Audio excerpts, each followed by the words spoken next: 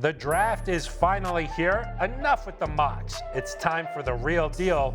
And now we present to you our final predictions. Hello and welcome into the studio. I am Phil Milani alongside Sydney Jones and Eric Dalala.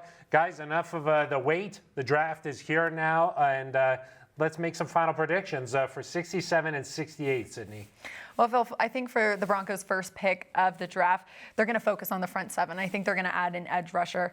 Ohio State's Zach Harrison is the guy I have the Broncos picking at 67. And if you look at his stats, I mean, he had 3.5 sacks his senior season, 3 forced fumbles, 8 tackles for loss, and he's a really big dude. He's 6'6", 275 pounds, and he's someone that consistently got better every single season at Ohio State, and I think he's going to be really good at the next level. And then for pick number 68, I have the Broncos adding to the running backs room. I have them picking Tulane's Tajay Spears. He had a really impressive past 2 seasons at Tulane. Last year, he ran for over 1,500 yards and finished the year with 21 total touchdowns. He was Cotton Bowl MVP, AAC Offensive Player of the Year, and he has quick feet, he's explosive, can elude tacklers. So I see him having a lot of potential at the next level as well. Yeah, had a strong Senior Bowl week there, and Todd McShay happens to agree with you there, Sydney. Yeah. So that's a good company to be in there. Eric, how about you? A final prediction? Phil, I don't like to just answer your questions straight on. I don't think the Broncos are going to pick at 67 or 68. What? Whoa. I think they're going to trade up from 67, about 10 picks, use the 4th rounder to get that done. And then I think they're going to trade down from 68. San Francisco's got a couple of compensatory picks. Maybe they pick up a couple extra thirds to move down a little bit. But just to do you a nice little favor here, Phil. In the spirit of the segment. In the spirit of the exercise, I'll still give you a couple of names.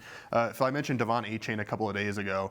I think that's just too much of a luxury pick there to go running back. So with the first pick, I'm going to go Will McDonald, the 4th, out of Iowa State, an edge rusher. He's a guy who, could fall a little bit. There's maybe some concerns about his ability to stop the run. More of a pure pass rusher right now, but 2 seasons with double-digit sacks, 34 career sacks. He's a playmaker, 10 forced fumbles, tied for the Big 12 career lead in sacks. One more, Phil, than our friend Von Miller. Wow. So that's a pretty good company to be in. Yeah, some people think he might go first round.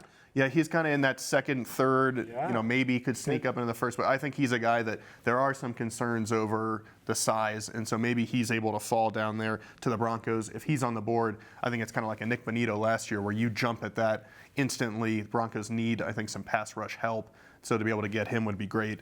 And then Tyreek Stevenson, a cornerback out of the University of Miami.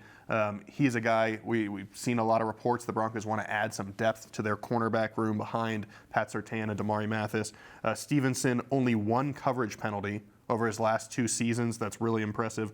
Honorable mention, All-ACC, 3rd-team All-ACC player over the last 2 years, and just a physical player, jamming at the line of scrimmage. Everybody says he's kind of got that swagger to him. He'll talk a little bit. Kind of like that. And so add somebody to the group there. So I think, we've talked all about who could the weapons that Sean Payton get here. I think the Broncos go defense if they stay at 67 and 68. If they move up, who are they going to take? Okay, so I think B.J. Ojulari. I think he's a guy that if he falls, edge rusher, maybe he's a guy that you go up and get if he gets down into the 50s. Okay, all right. And then my predictions here. Number 67, I like Byron Young from Tennessee. Mel Kiper had him coming to the Broncos. I think that the Broncos could use a pass rusher here, and also that's supposed to be one of the deepest parts of this draft. So I think that maybe in different years, some guys that we're talking about here would go much earlier. So maybe you can find some more of that elite talent.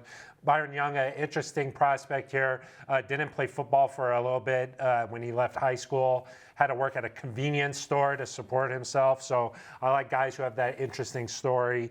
And he's got room to grow. He's 6'2", 250 pounds. I think he could put some weight on. When you look at these guys, it's not, okay, are they undersized or not? It's, do they have the frame to add that muscle? And I think that Byron Young does. And he's also got that explosiveness. He can bend around. He showed some flashes. I like guys who show flashes because then you think, hey, if you get them with our coaching staff, then you can get that more consistently. So I like Byron Young, 1st-team All-SEC guy, 7 sacks, 12 tackles for a loss. And then Sydney at 68, I agree with you. I like Spears out of Tulane.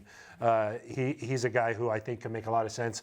Louis Riddick, an analyst for ESPN, well-respected guy around the league, says he would get some of Tony Pollard, the Cowboys running back, when he watches that film on Spears. So a lot to like there. And I think that if you walk away with an edge rusher and an offensive weapon, I think you'd be happy after day 2 there of the draft. So it's finally here. We'll find out. Enough talking about it, but those are our final predictions. How are you feeling about it? I feel like I'm going to be right. Good, yeah.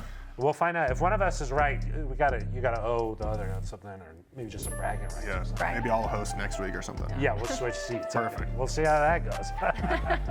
All right, that's gonna do it for us. For Eric Dahl and Cindy Jones, I'm Phil Maloney.